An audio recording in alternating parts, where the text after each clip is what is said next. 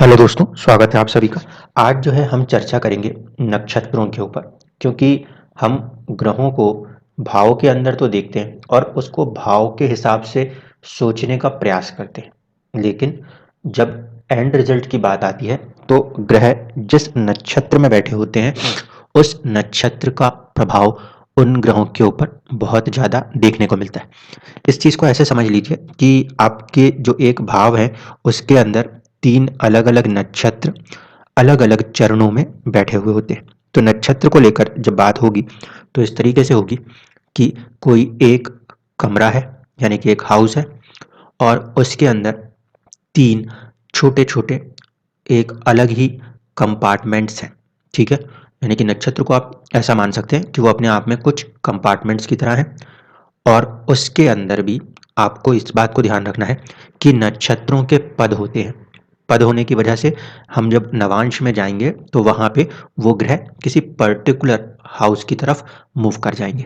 इसलिए ऑब्जर्वेशन जब होंगी तो वो 3 चीज़ों पर होंगी: ग्रह किस नक्षत्र में बैठा है, और उस नक्षत्र के चरण के हिसाब से वो भाग्य में किसी तरफ जाएंगे, चाहे वो दशमांश के लिए जाना हो, चाहे वो नवमांश के लिए जाना हो, चाहे सप्तमांश के लिए जाना हो, लेकिन पूरी की पूरी चीज़ जो घूमेगी वो आपके नक्षत्र के इर्द गिर्द घूमेगी। बहुत से लोगों ने सवाल किया कि आयु खंड कितना बड़ा हो सकता है। तो आयु खंड उतना बड़ा हो सकता है जितना बड़ा कि चंद्रमा के पास एक नक्षत्र के अंदर डिग्री बची हो। एक नक्षत्र की यात्रा में अगर हम माने चंद्रमा को 120 साल लगते हैं, तो चंद्रमा डिग्री वाइज जितने एरिया को कंप्लीट कर लेते हैं उसके आसपास कुछ एक रफ अप्रोक्सीमेशन में एज की कैलकुलेशंस बन जाया करती हैं। अब नक्षत्रों की जब हम बात करें तो हमें कारकत्वों के साथ चीज़ों को लेकर चलना होगा। ठीक है? इस समय आप अपने स्क्रीन के ऊपर एक पूरी लिस्ट देख रहे हैं जहाँ पे आपको एक लॉर्डशिप नज़र आ रही है और दूसरी तरफ आपको स्टार्स नज़र आ रहे हैं, यानी कि नक्षत्र नज़र आ रहे होंगे। इनको समझना कैसे है? मान लीजिए अगर कोई ग्रह अश्विनी नक्षत्र में बैठा है तो इसका मतलब है कि उस पर्टिकुलर ग्रह का संबंध केतु के साथ है। ठीक? दूसरा, अगर कोई ग्रह मघा नक्षत्र में बैठा है तो उसका भी संबंध केतु के साथ है, और अगर कोई ग्रह मूला नक्षत्र में बैठा है तो उसका भी संबंध केतु के साथ है। अब होता क्या है कि जैसे केतु है, केतु बेसिकली डिटैचमेंट को दर्शाने की कोशिश करे, लेकिन 3 अलग-अलग जो नक्षत्र हैं उनके अलग-अलग स्वभाव हैं। अगर अश्विनी में बैठा है तो हीलिंग देने की कोशिश करेंगे। ठीक है? अगर मघा में बैठा है तो ऊंचे पदवी देने की कोशिश करेंगे, और यदि मूला में बैठा है तो मूला का मतलब है बहुत ही गहराइयों में, बहुत ही जड़ों में वो चीज जुड़ी हुई है। ठीक है? अगर कोई सा भी ग्रह केतु के नक्षत्र में बैठा है तो आप ये मान के चलिएगा कि वहां पे आपको किसी तरीके का कोई कार्मिक ऋण चुका रहे होंगे। ठीक है?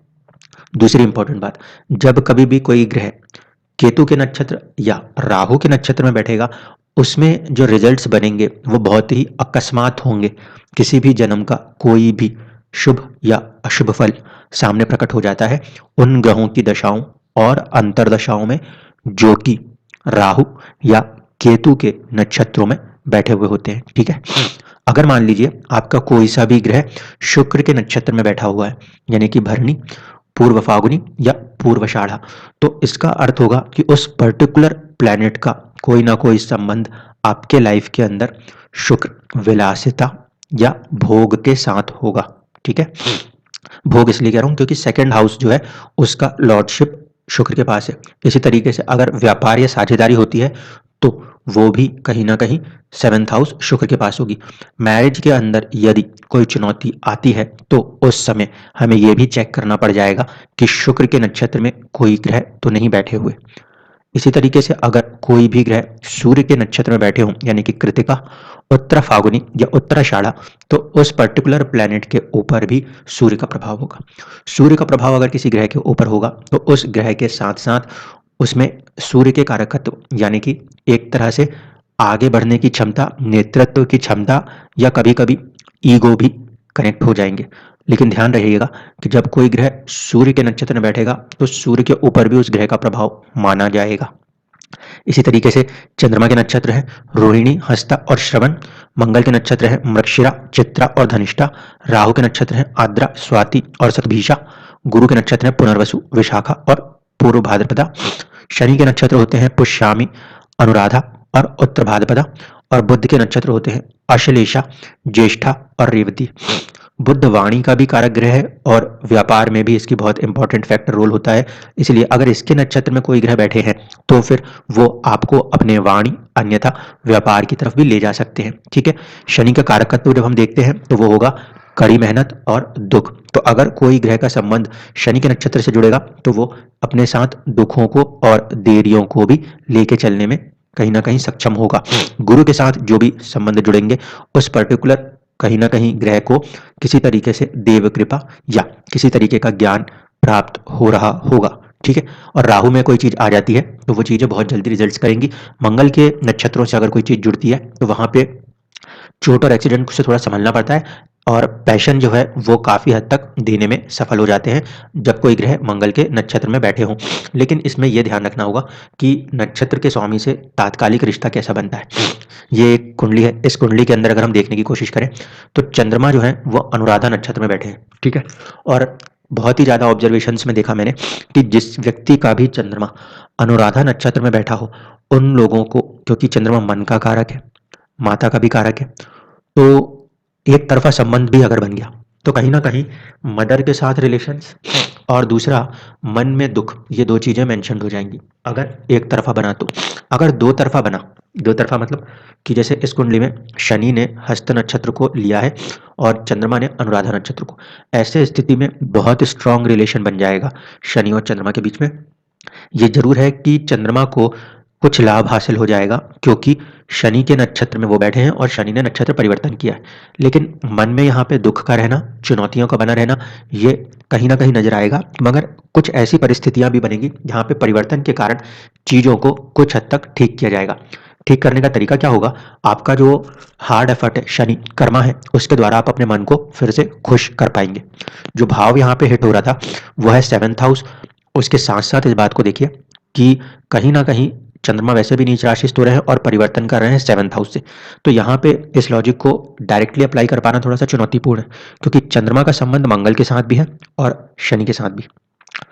दूसरी तरफ राहु और मंगल का संबंध भी शनि के साथ है। तो इन चीजों में धीरे धीरे जब हम ऑब्जर्वेशंस को लगा के देखते हैं तो हमें समझ में आता है कुछ चीजों में दुख और देरियां देखने को मिल सकती हैं। अब अगर हम दूसरे एक चार्ट को लगाने की कोशिश करते हैं, इसमें हम देखेंगे कि कैसे प्रभाव हो रहा है। इस कुंडली के अंदर हम देखें तो शनि जो है उसका संबंध मघा से है। अब मघा जो है वो केतु का नक्षत्र है। ठीक है, इसका मतलब है कि कहीं ना कहीं शनि के अंदर अचानक से किसी रिजल्ट को करने की क्षमता होगी क्योंकि केतु का प्रभाव है। दूसरी बात, मैंने कहा था कि केतु के नक्षत्र में अगर ग्रह बैठा हो तो उसके कारकत्वों के साथ समझ लीजिएगा कि उसके अंदर कुछ पास्ट बर्थ का कार्मिक बंधन या ऋण होगा। तो यहाँ पे शनि जो है वो केतु के नक्षत्र में आए और केतु से उनका जो संबंध है वो 6-8 का बना। इसलिए यहाँ पे बार बार कहीं ना कहीं प्रोफेशन के अंदर, क्योंकि शनि कारकत्व रखते हैं आपके प्रोफेशंस का, उसके अंदर चुनौतियां देखने को मिली। इवन दो कि 7 नंबर के लिए जो लगन बनता है उसमें शनि योग कारक ग्रह होते हैं, लेकिन योग कारक ग्रह होने के बावजूद यदि ग्रह नक्षत्र के ऊपर अपने आप को प्रॉपर स्टेबल ना कर पाए तो उतने अच्छे से रिजल्ट्स आसानी से जिंदगी में नहीं मिलते। संघर्ष बेवजह बहुत ज़्यादा बढ़ जाता है। तो यहाँ पे हम दो चीज़ों को सीधे देखेंगे। पहला, शनि का ऐसे नक्षत्र में आ जाना जो कि कार्मिक बंधन दिखाता है, लेकिन शनि का मघा नक्षत्र में आना इस बात की पॉजिटिविटी देता था कि व्यक्ति किसी बड़े पद तक जरूर जा सकते हैं। लेकिन साथ ही साथ इस बात को भी देखना जरूरी है कि चंद्रमा और केतु का भी संबंध है, शनि के साथ भी केतु का संबंध है, यानी कि चौथा भाव और चौथे भाव के साथ साथ आपके कर्म के कारक ग्रह दोनों ही केतु के अधीन है।